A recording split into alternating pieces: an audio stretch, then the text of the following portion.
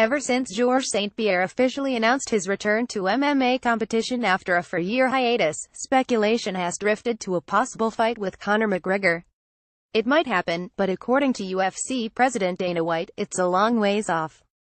McGregor 213 MMA, 91 UFC, the current UFC lightweight champion, and StPierre 252 MMA, 192 UFC, the former longtime welterweight champ, are two of the biggest names and successful pay-per-view sellers in MMA history.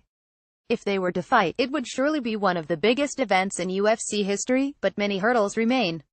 Not only does StPierre, who meets middleweight champ Michael Bisping 307 MMA, 207 UFC and UFC 217's main event on November 4, have to win the title, but he'd be contractually obligated to meet interim 185-pound champ Robert Whittaker in a unification match.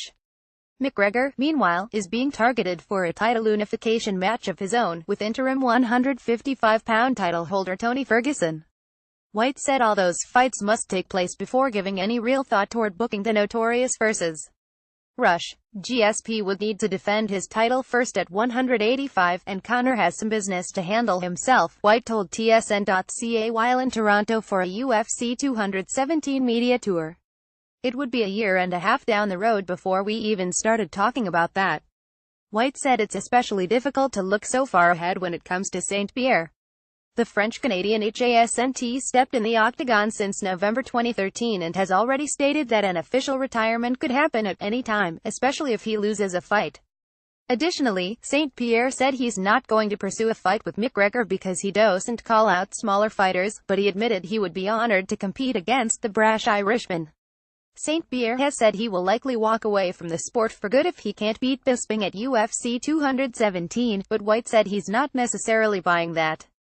StPierre hasn't lost in more than 10 years, and White said his competitive instincts wouldn't allow him to hang up his gloves on his loss.